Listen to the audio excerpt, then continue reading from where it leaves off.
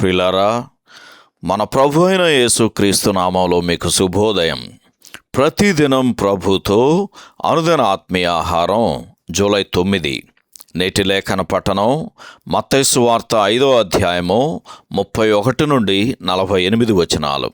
నేటి ధ్యాన లేఖనం మత్తయి సువార్త 5వ అధ్యాయము 44-48 వచనాలు.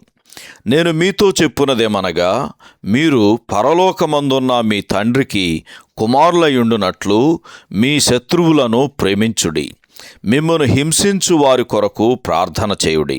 మీ పరలోకపు తండ్రి పరిపూర్ణుడు గనక మీరును పరిపూర్ణులుగా ఉండెదరు. వ్యాఖ్యానాంశం రాజ్య సంబంధమైన గుణలక్షణాలు. వ్యాఖ్యానాంశం రాజ్య సంబంధమైన గుణలక్షణాలు. వ్యాఖ్యానం: ఇక్కడ మాట్లాడుతున్నది ఇశ్రాయేలు రాజైన మెస్సయ్య అని మనం మర్చిపోకూడదు. ఆయన ప్రసంగంలో చెప్పబడిన ఈ సంగతులను రాజ్య సంబంధమైన గుణలక్షణాలని అంటారు. ఎందుకంటే ఆయన పాలించబో వారికి ఉండవలసిన లక్షణాలను గురించి ఇక్కడ వివరించబడుచున్నది.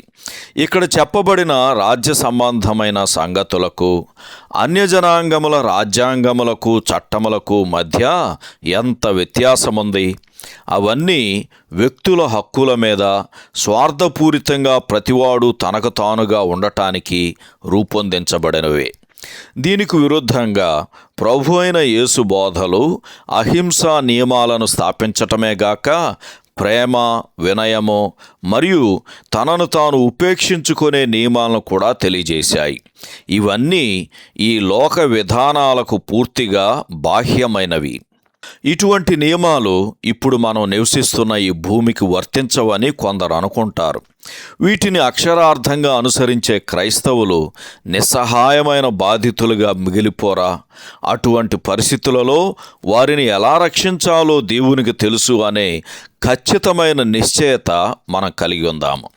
అంతేకాకుండా అలాంటి వైఖరి శక్తివంతమైన సాక్ష్యాన్ని కలిగిస్తుంది. ఇట్టి వైఖరి విశ్వాసికి హాని చేయాలనుకునే వారిని అయోమయానికి గురి చేస్తుంది. చివరకు అలా హాని చేయాలనుకునేవారు మారు మనసు పొందటానికి కూడా దారి తీయవచ్చు. మత్తయి సువార్త 5వ అధ్యాయము 38 నుండి 48 వరకు ఉన్న వచనాలు మనకు కలుగు అవమానాన్ని మరియు గద్దింపును కూడా తెలియజేస్తున్నాయి. అలాగైతే పేతురు రాసిన మొదటి పత్రిక 2వ అధ్యాయము 22-23 వచనాల్లో మనకు వివరించబడిన మన ప్రభు అయిన యేసుకు మనం ఎంత దూరంలో ఉన్నాము. అంతేగాక యాకోబు పత్రిక 5వ అధ్యాయము 6వ వచనంలో రాయబడిన మాటల్లాంటి ఎన్నో లేఖన భాగాలు మనకి ఇవ్వబడినవి. సహోదరుడు జాన్ కోక్లన్ శుభములతో వందనాలు. ఈ సందేశాలకు సంబంధించి కానీ బైబిల్కు సంబంధించి కానీ మీకేమైనా ప్రశ్నలు ఉంటే ఈ క్రింది నంబరుకు వాట్సాప్ ద్వారా పంపించండి. మీ ఆత్మీయ క్షేమాభివృద్ధి కోసం అనుభవజ్ఞుల ద్వారా జవాబులు అందించబడతాయి.